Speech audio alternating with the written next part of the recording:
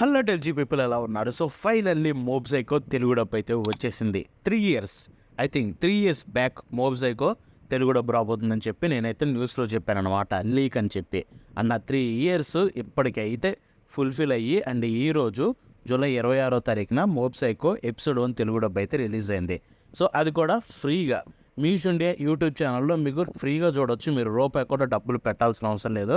So వెళ్ళిపోయి చూడాలనుకున్న ప్రతి ఒక్కరైతే వెంటనే చెక్ చేసేయండి. మీకు ఒక అద్భుతమైన ఎక్స్పీరియన్స్ ఇస్తుంది, ఎందుకంటే యానిమే ఒక మాస్టర్ పీస్. సో ఇప్పుడు ఎపిసోడ్ 1 చూసిన తర్వాత తెలుగు డబ్ ఎలా ఉందని మనం మాట్లాడుకుందాం. అండ్ దాని విషయానికి వెళ్ళిపోతే మాత్రం బాబోయ్ చాలా అంటే చాలా బాగుంది. అస్సలు ఎక్స్పెక్ట్ చేయలేదు, ఎందుకంటే ఇదేమో మరీ కొత్త డబ్బింగ్ ఏం కాదు. ఇది చూసుకుంటే 3 ఇయర్స్ బ్యాకే డబ్బింగ్ చేస్తున్నారని చెప్పి మనకి లీక్ వచ్చింది. సో దాన్ని బట్టి చూసుకుంటే అట్లీస్ట్ 2 ఇయర్స్ ఓల్డ్ డబ్బింగ్ అయి ఉండాలి. అండ్ అయినా కూడా డబ్బింగ్ ఎంత బ్రహ్మాండంగా ఉందంటే నాకు ఒక్క పాయింట్లో కూడా ఎక్కువగా హెవీగా చెప్పడానికి అయితే పెద్ద ప్రాబ్లమ్స్ అయితే నాకు కనిపించలేదు. అంత బాగుంది డబ్బింగ్ చూసుకుంటే. అండ్ ఇక్కడ ఫస్ట్ ఆఫ్ ఆల్ నాకు ది బెస్ట్ అనిపించింది రైగన్ వాయిస్ యాక్టరే. ఎందుకంటే ప్రాణం పెట్టేశారు భయ్య. రైగన్ క్యారెక్టర్ చాలా ఎక్స్ప్రెసివ్ ఉంటాడు. మనోడు క్యారెక్టర్ మొత్తం చూసుకుంటే క్రేజీ లెవెల్లో కామెడీ జనరేట్ చేయడం, అట్ ద సేమ్ టైం చాలా ఎనర్జెటిక్గా ఉండడం అండ్ బిజారీ థింగ్స్ అయితే చేయడం. సో ఇవన్నీ ఉంటాయి.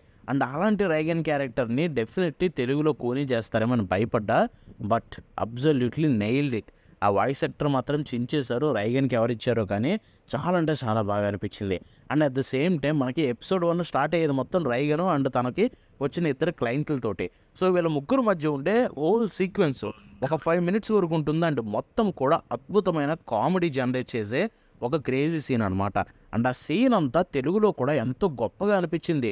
ఎందుకంటే రైటింగ్ ఎంత బాగా రాసుకున్నారంటే ప్రతి డైలాగ్ కూడా తెలుగులో చాలా ఎంజాయ్ చేయగలిగాను. జపనీస్లో ఈ పాటిగా 10 సార్లు చూసాం మోబ్ సైకో, అయినా కూడా తెలుగులో కూడా ప్రతి డైలాగ్ని ఎంజాయ్ చేయగలిగా. అండ్ ప్రతి డైలాగ్ కూడా ప్రాపర్గా కనెక్ట్ అయింది. ఎక్కడ క్రింజ్ అనిపించలేదు, కార్నీగా అనిపించలేదు. ఒక ప్రాపర్ రైటింగ్ రాసుకొని అండ్ దాన్ని కూడా డబ్బింగ్ చేసిన ప్రతి ఆర్టిస్టు ఎంతో బ్యూటిఫుల్గా ఎగ్జిక్యూట్ చేశారు. అండ్ అదైతే బ్రహ్మాండంగా అనిపించింది. నాకైతే ఫస్ట్ 5 minutes సీక్వెన్స్ అంతా ఎంత ఇష్టం అంటే పెద్ద ఫ్యాన్ని. అండ్ ఆ సీక్వెన్స్ మొత్తాన్ని ఎంత అద్భుతంగా డిజైన్ చేసుకున్నారు తెలుగులో అంటే రైటింగ్ డబ్బింగ్ ప్రతి ఒక్కరు కూడా చించేశారు. ఇక తర్వాత మోబ్ ఎంట్రీ వస్తుంది. అండ్ మోబ్ ఎంట్రీ వచ్చిన కానించి అసలు ఇంకా నెక్స్ట్ లెవెల్ వెళ్ళిపోతుందేమో అని ఎక్స్పెక్ట్ చేశా, బట్ కొంచెం లెట్ డౌన్ అయింది ఇక్కడే. సో మోబ్కి ఎవరైతే వాయిస్ యాక్టింగ్ చెప్పారో so little bit adult side అయితే అనిపించింది అనమాట నాకు. బట్ ఇక్కడ చూసుకుంటే మోబ్ని మీరు జపనీస్లో చూస్తే లిటరల్లీ చిన్న పిల్లోడు. అండ్ తన వాయిస్, తను మాట్లాడే విధానం అన్నీ కూడా చాలా ఇంట్రోవర్టెడ్గా చాలా చిన్న పిల్లోళ్ళ చూసినట్టే ఫీల్ అయితే కలుగుతుందన్నమాట, except for his power. But ఇక్కడ చూసుకుంటే తెలుగులో కొంచెం ఆడుగా అనిపించింది. లైక్ చెప్పిన విధానం బాగానే ఉంది, మరి ఓవర్గా ఎక్స్ప్రెషన్స్ అయితే పలిగించకుండా సో ఎక్కడైతే ఎంత లిమిట్లో పెట్టాలో ఆ లిమిట్లో పెట్టడానికి వాయిస్ యాక్టర్ ట్రై చేశారు. 2-3 సీన్స్లో ఎక్స్ప్రెసివ్గా అనిపించారు. అపార్ట్ ఫ్రమ్ దట్ మిగతాదంతా కూడా మోబ్ క్యారెక్టర్ని అర్థం చేసుకొని చాలా నీట్గా స్లోగా ప్రాపర్గా చెప్పారు. బట్ ఆ వాయిస్ అనేది నాకు అలవాటు పట్టడానికి కొంచెం టైం పడుతుంది. But for the first time చూసే వాళ్ళకి ఏమైనా నచ్చొచ్చేమో.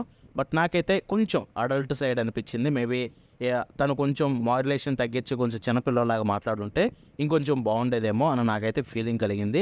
అపార్ట్ ఫ్రమ్ దట్ మోబ్ కూడా వాయిస్ అయితే ఫస్ట్ టైం చూసే వాళ్ళైతే ఈజీగా ఎంజాయ్ చేస్తారు. ఇక నెక్స్ట్ మిగతా వాళ్ళ పేరెంట్స్ వాయిసెస్ కూడా చాలా బాగున్నాయి.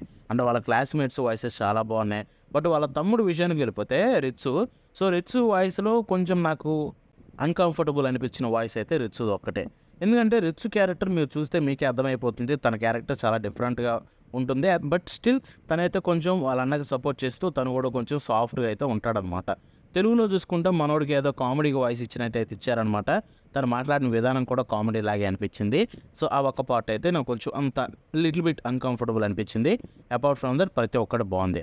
But for the first time చూసే వాళ్ళకైతే తెలుగు డబ్బు పెచ్చగా నచ్చుతుంది. ఎందుకంటే ఆ కామెడీ, ఆ రైటింగ్ ప్రతిదీ కూడా బ్రహ్మాండంగా పండే. ప్రతి సీన్లో కామెడీ చాలా హైలైట్ అయింది. అండ్ తన రైటింగ్ కూడా చాలా నీట్గా ప్రజెంట్ చేశారు.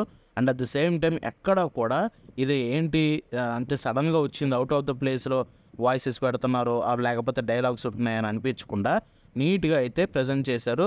ఎపిసోడ్ మంచి ఫ్లోలో వెళ్ళిపోతుంది. అండ్ డెఫినెట్లీ మీరు ఈజీగా ఎంజాయ్ చేస్తారు ఈ తెలుగు డబ్ని.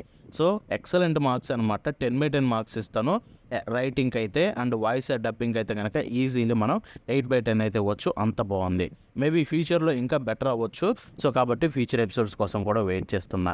ఇక తర్వాత మనం ఇక్కడ ఒకదాని గురించి మాట్లాడుకోవాలి, అదే మిక్సింగ్. సో ఎలా మిక్స్ చేస్తారు, సౌండ్ డిజైనింగ్ ఎలా ఉంటుందని కొంచెం భయపడ్డా. బట్ మ్యూజిక్ ఇండియా మాత్రం చించేశారు గైస్. ఒప్పుకోవాల్సిందే, వాళ్ళకు కూడా చెప్పుకోవాల్సిందే. ఎందుకంటే ఎంత బాగుందంటే ఎక్కడ కూడా మ్యూజిక్ వాయిసెస్ని ఓవర్లాప్ చేయలేదు, ఆర్ వాయిసెస్ మ్యూజిక్ని ఓవర్లాప్ చేయలేదు. ప్రాపర్గా నీట్ సౌండ్ మిక్సింగ్ అయితే చేశారు.